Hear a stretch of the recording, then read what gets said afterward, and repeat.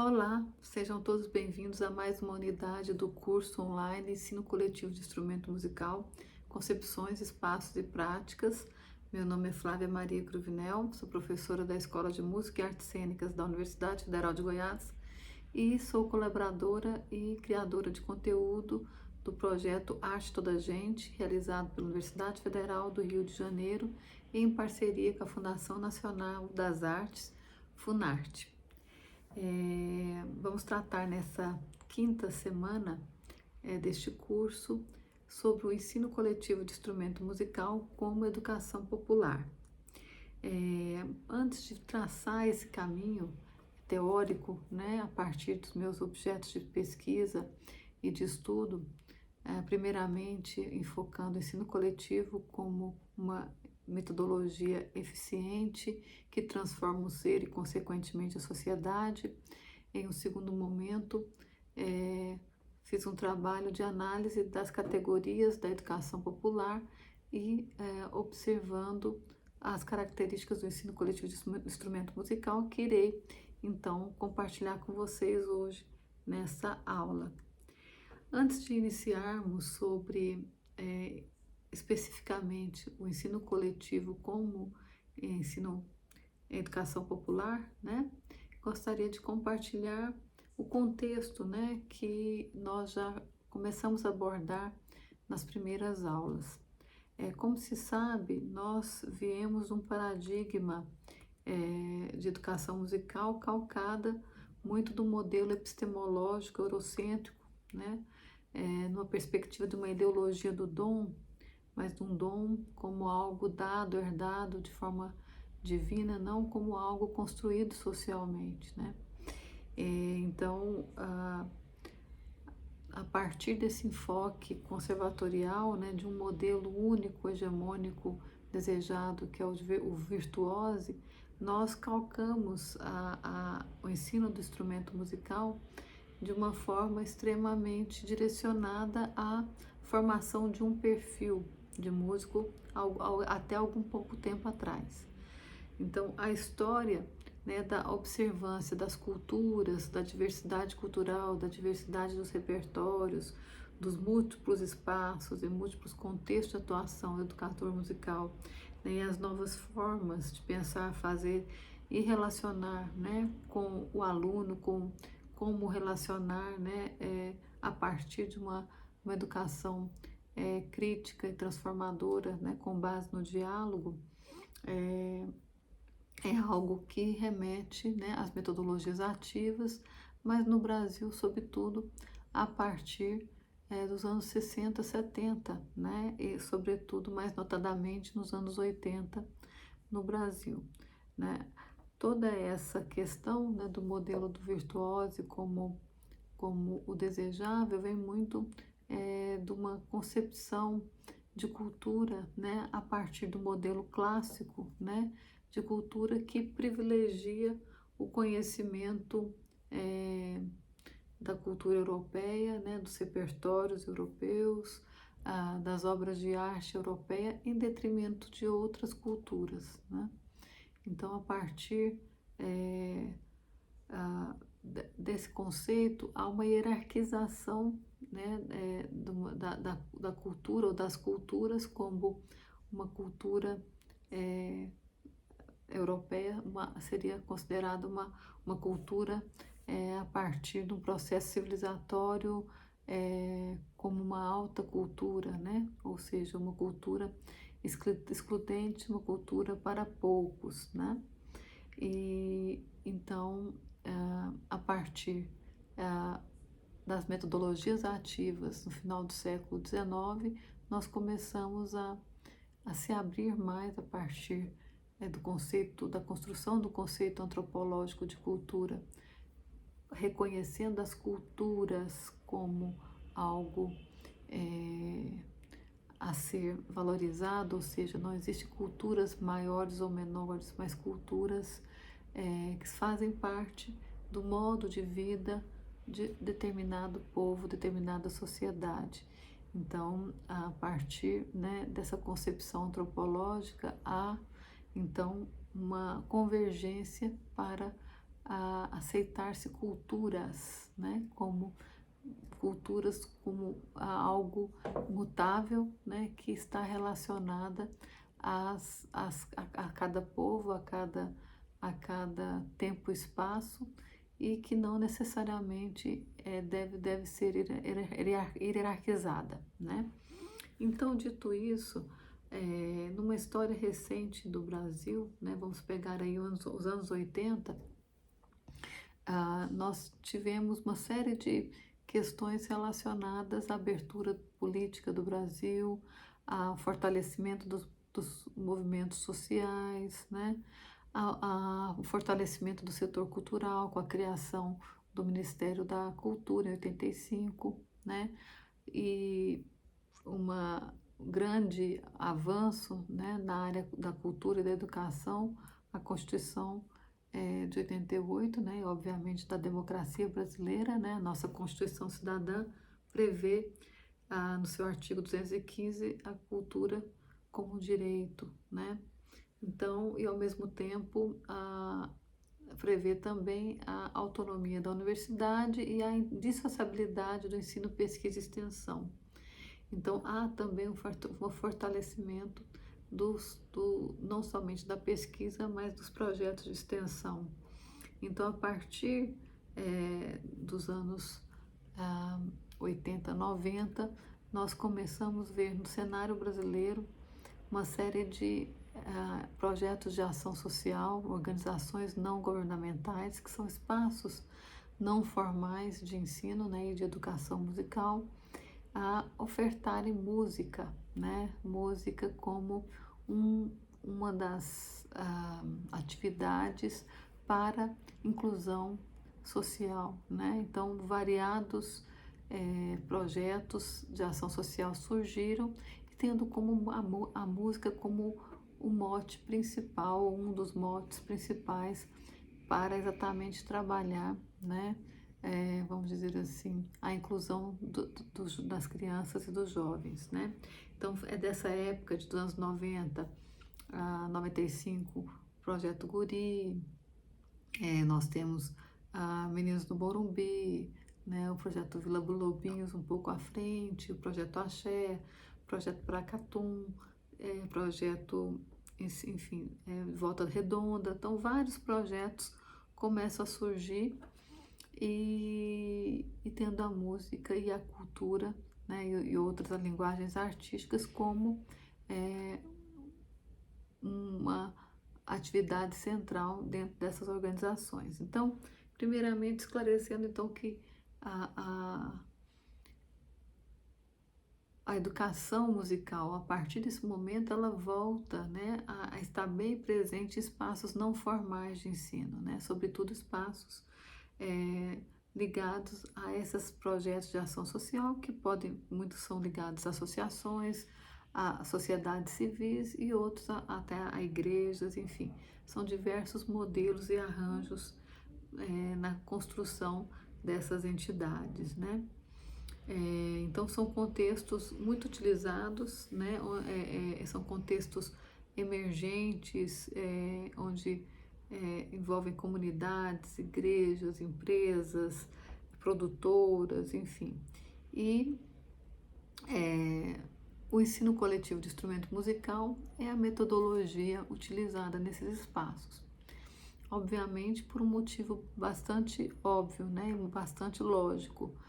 São projetos de inclusão, né, social. Então, a partir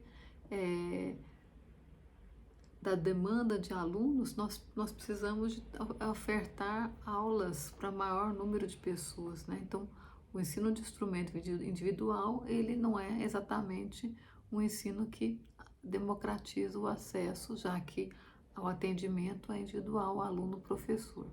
Então, a música nesses projetos sociais ajudou também a desenvolver as metodologias de ensino coletivo de instrumento musical e a reaquecer as discussões, né? Como nós vimos nas primeiras aulas, iniciadas ali nos anos 50, 60, por José Coelho de Almeida, Pedro Cameron, né? E todos os professores que trabalharam em São Paulo bem como o professor Alberto Jafé no campo das cordas já nos anos 70 e 80.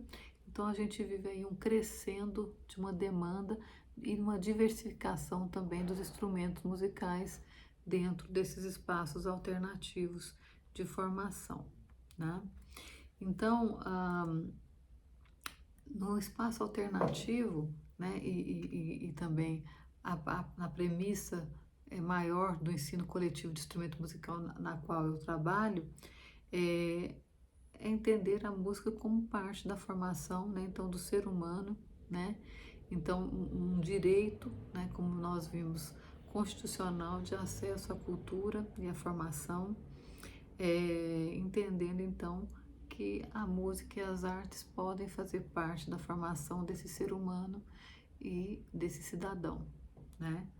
Uma outra característica é trazer as culturas e trazer o âmbito da musicalidade para todos, ou seja, todos nós somos seres musicais e nós refletimos o nosso capital cultural herdado pela família, pela nossa cultura, pelas nossas tradições, do âmbito social em que fomos criados, nascidos e criados.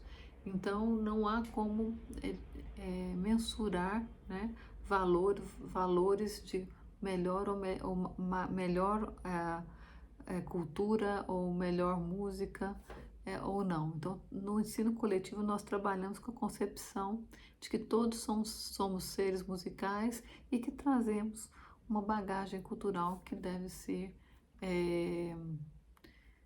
considerada e que, a partir do processo de ensino-aprendizagem, nós vamos fazer um diálogo, né? Uma troca, né? Um compartilhar de experiências entre o educando e o educador, né?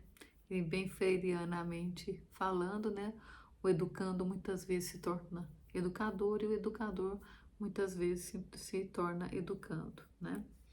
Então, a partir de múltiplos processos, objetivos e resultados, nós, então, buscamos trabalhar nesses espaços alternativos de educação.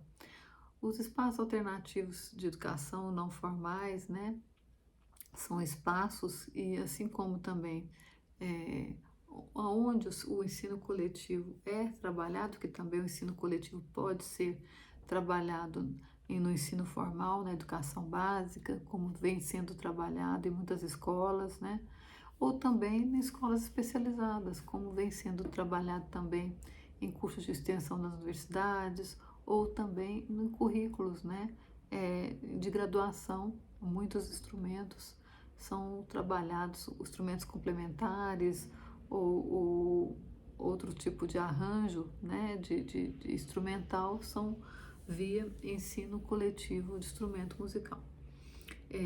Então eu trago aqui primeiramente a concepção, né, da educação musical e do ensino coletivo como meio de transformação social, trazendo primeiramente um pouco dos resultados da minha dissertação de mestrado, realizada no período de 2001 a 2003. Ela foi defendida em 2003, 28 de abril de 2003, foi lançada em livro, né, em 2005, e traz então a experiência que eu tive na Escola de Música e Artes Cênicas, na introdução do ensino coletivo de cordas, no projeto de extensão Oficina de Cordas, na cidade de Goiânia, né? Então, foi o primeiro projeto a introduzir o ensino heterogêneo coletivo de instrumento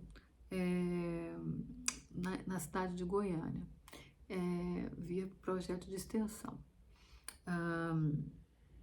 Então, a partir dessa experiência, né, eu percebi o quão rico era esse trabalho coletivo, né, das trocas de experiências, de uma metodologia bastante racional e bastante progressiva. Nós trabalhávamos com a metodologia sistematizada pelo professor João Maurício Galindo, a partir do legado do maestro Alberto Jafé, né? Então, percebemos que ao longo, né, de um semestre, né, durante 16 aulas, 2 vezes semana, 32 aulas, né, 16 semanas, os alunos já conseguiam tocar, né, escala de Ré maior, escala de Lá maior, e já começavam a tocar as primeiras músicas e também já começavam a fazer os primeiros recitais numa velocidade extremamente interessante, onde o uso do solfejo era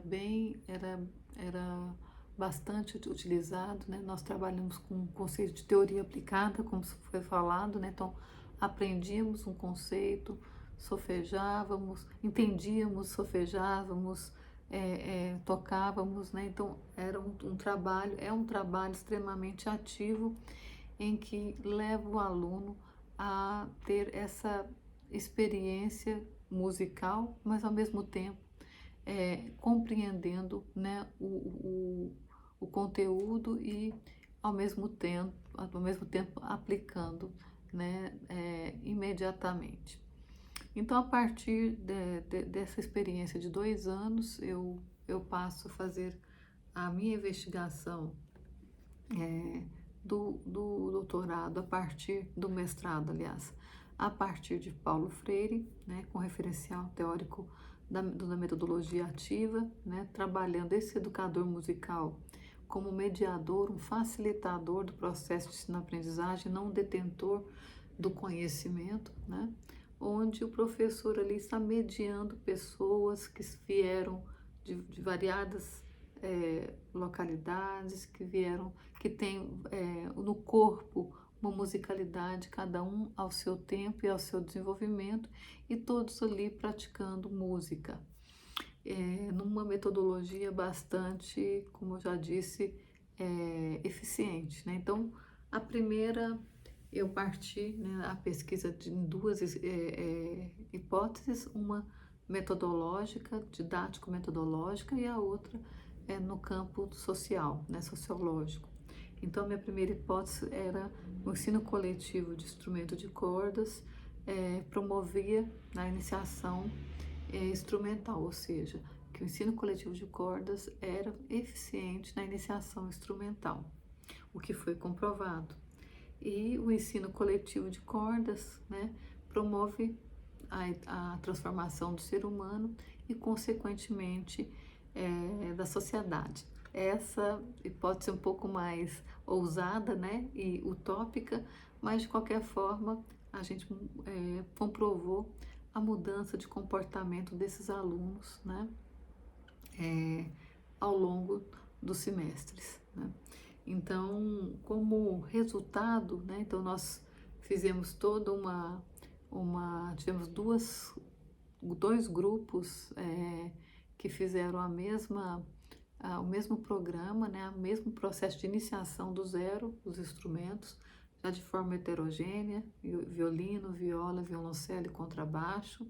Foram 32 aulas, né, 16 semanas de aulas, mas com ensaios extras, né, tivemos em torno de 34 a 36 encontros com os ensaios gerais para as apresentações, onde foram filmados todos esse material. Então, nós temos mais de 70 horas de vídeos, né? E fizemos questionários pré-processo, né, de ensino-aprendizagem e pós o término do semestre, né? Demonstrando a mudança tanto de comportamento quanto também de conteúdo, de conhecimento musical. Fizemos uma entrevista com todos os alunos e também entrevistamos à época variados professores sobre o ensino coletivo. Então, construímos uma história do ensino coletivo, né? Até então não havia essa maneira, né, de tratar o ensino coletivo numa abordagem mais histórica e também buscando a eficiência. Então, nós entrevistamos Abel Moraes, Cristina Tourinho, Joel Barbosa e variados outros educadores no campo da educação musical, onde a partir das suas falas nós também extraímos o referenciais como estudo dirigido, ensino coletivo, homogêneo, heterogêneo, como é que se dispunha os alunos, né?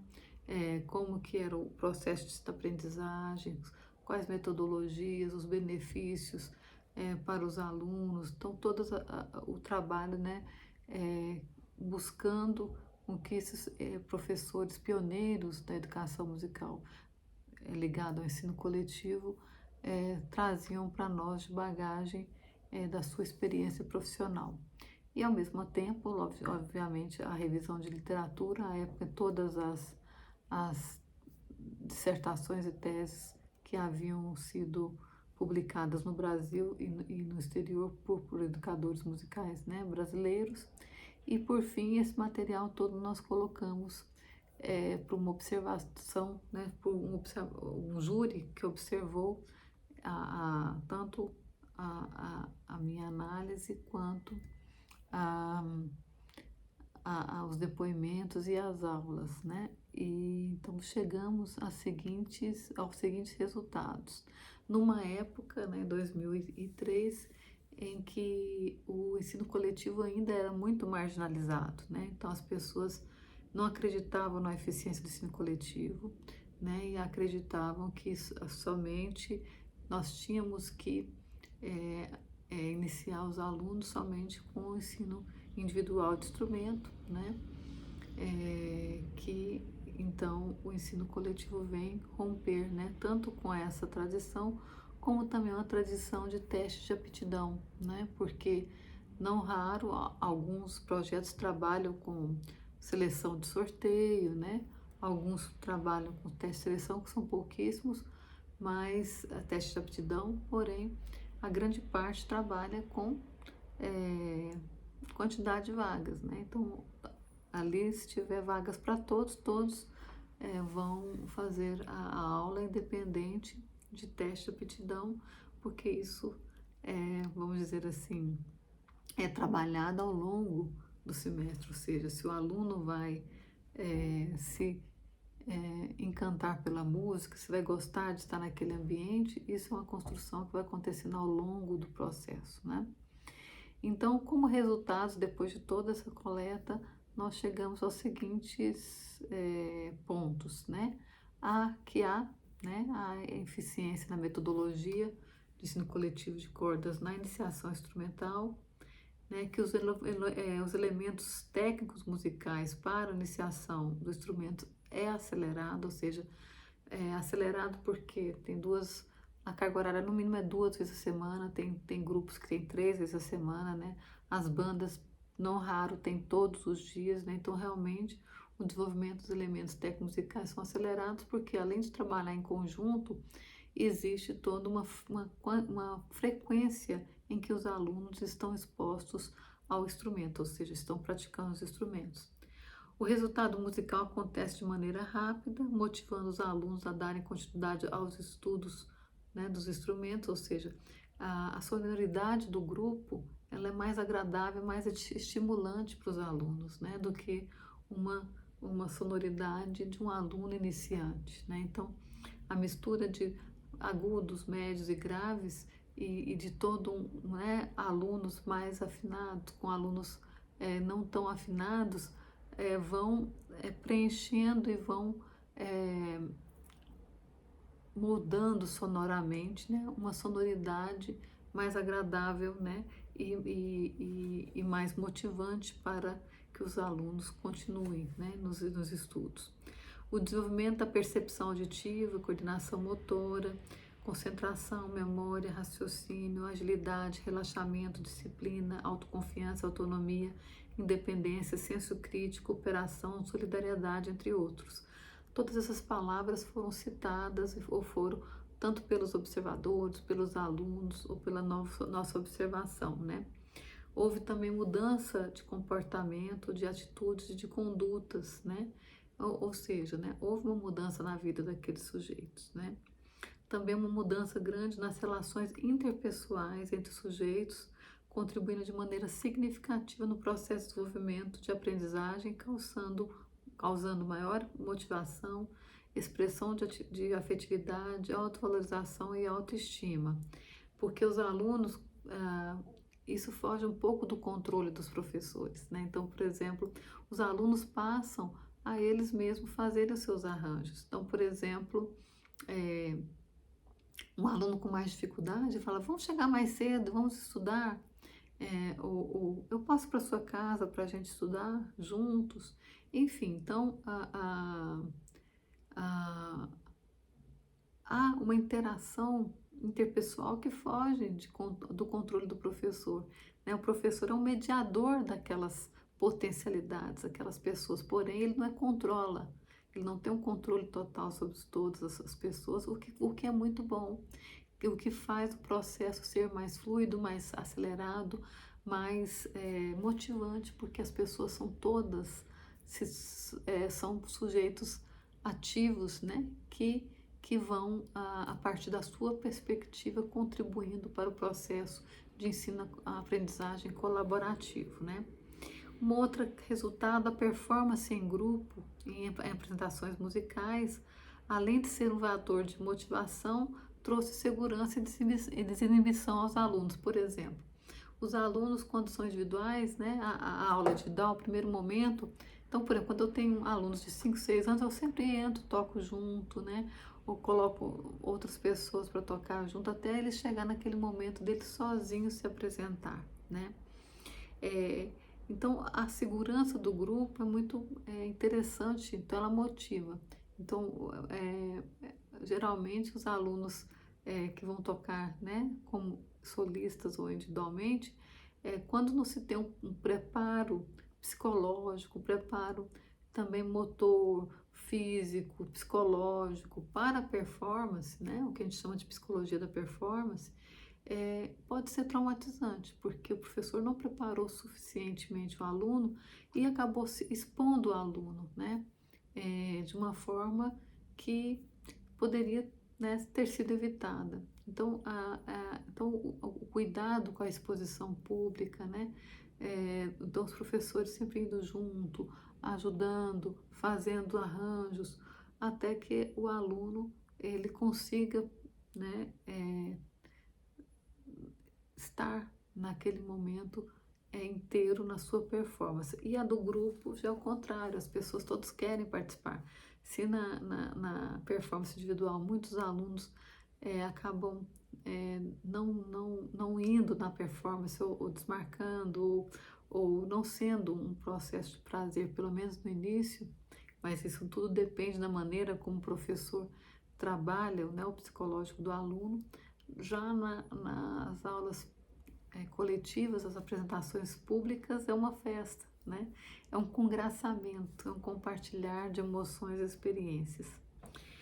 A didática e a metodologia de ensino devem ser adequadas ao perfil e à necessidade do grupo, de cada grupo. Por mais que a gente tenha os parâmetros, por mais que a gente tenha o planejamento, por exemplo, no ensino coletivo, eu já planejo o semestre, eu já tenho mais ou menos, né, eu já trabalho com um método, eu trabalho com alguns repertórios base, mas ao longo do semestre nós vamos vendo a característica de cada grupo e vamos introduzindo músicas novas, arranjos novos, né, acelerando o processo. Então, cada grupo ele tem uma característica diferente e uma necessidade diferente. Eu brinco que cada grupo ele é a somatória das individualidades de cada pessoa que forma aquele grupo, ou seja, nunca um grupo vai ser igual ao outro, né? Então então cada grupo tem a sua personalidade também. O educador musical deve estar atento, né, a esses repertórios da contemporaneidade, né, para o melhor diálogo com seus alunos e, consequentemente, o melhor desenvolvimento do ensino-aprendizagem. Há mudança de comportamento, atitudes e condutas, né? Como já falamos, as relações interpessoais entre os sujeitos contribuem nesse processo de motivação também, de expressividade, de afetividade, de autovalorização e autoestima, né? A performance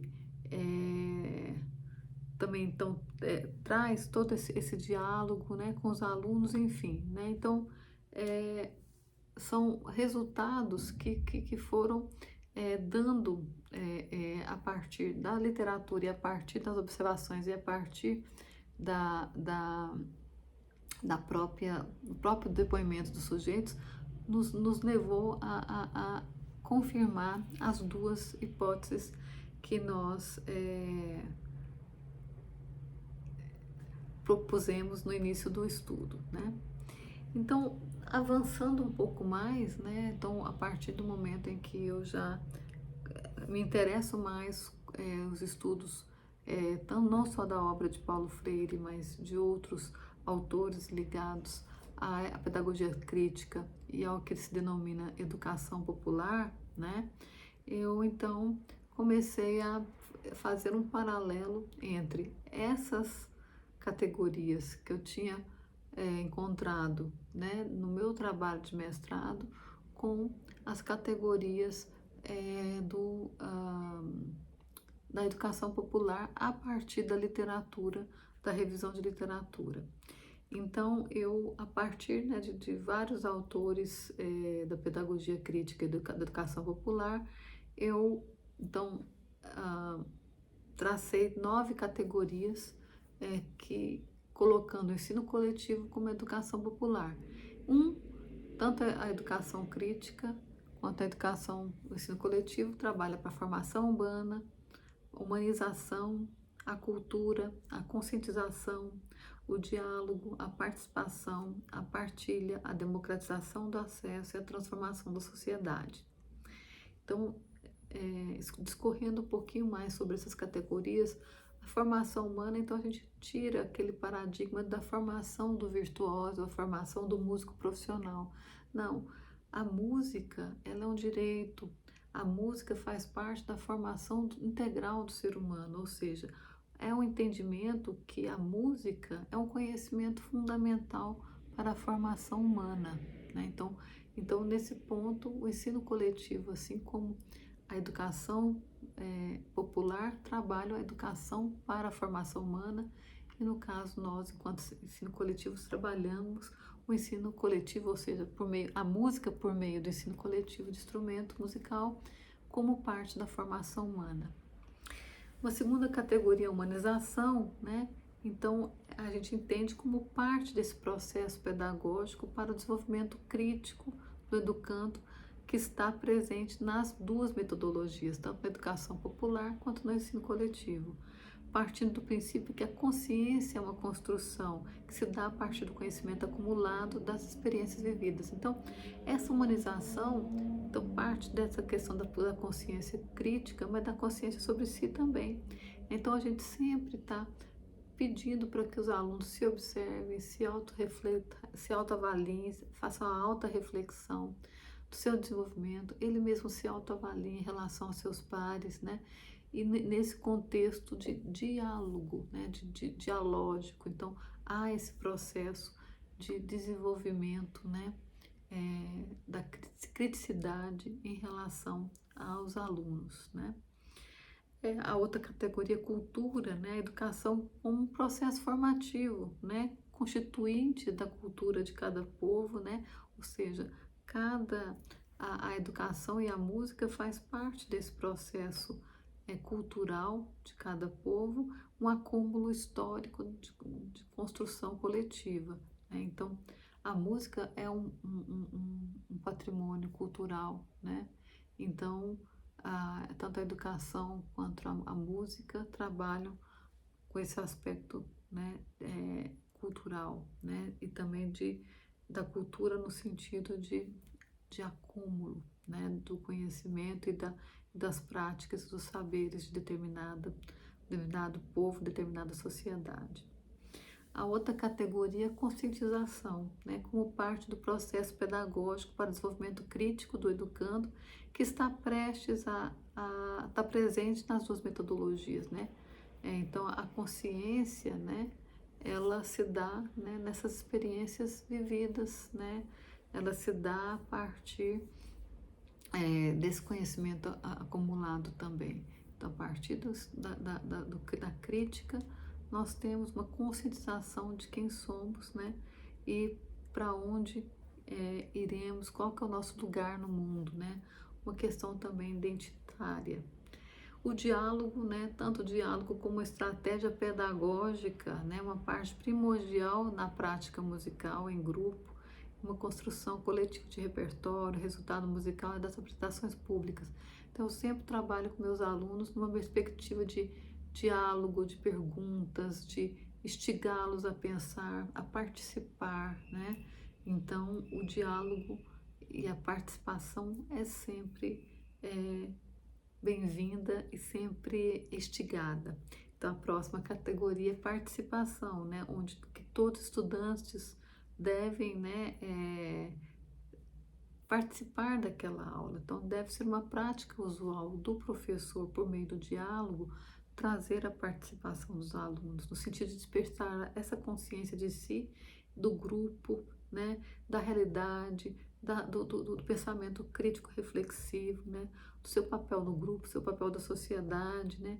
Então, há uma dimensão também política em cada gesto, em cada escolha, em cada postura, né, trabalhada no sentido de estimular essa formulação de ideias e da autonomia de cada aluno, né?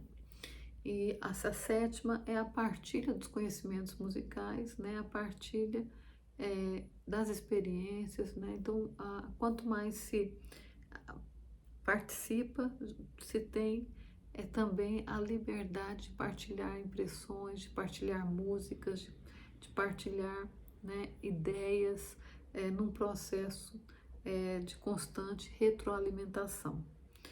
Uma outra questão é a democratização do acesso, que para mim é uma das características mais fascinantes, que eu mais me apego no ensino coletivo, que é dar oportunidade para mais pessoas aprenderem música, né? Então, para mim, quando descobri o ensino coletivo, a sua eficiência e a maneira, né, árdua, porque é um trabalho muito bonito, mas ao mesmo tempo que o professor despende muita energia, mas é que dá grande satisfação, né? Energia porque você trabalha com um grupo grande, é muita gente, mas que a partir do momento em que você vai se formando, vai se capacitando como professor regente, como maestro, ou como, né, na sua didática também, mais rica vai ficando essa relação e você vai abrindo até mais espaço, mais vagas para mais alunos terem acesso àquele momento,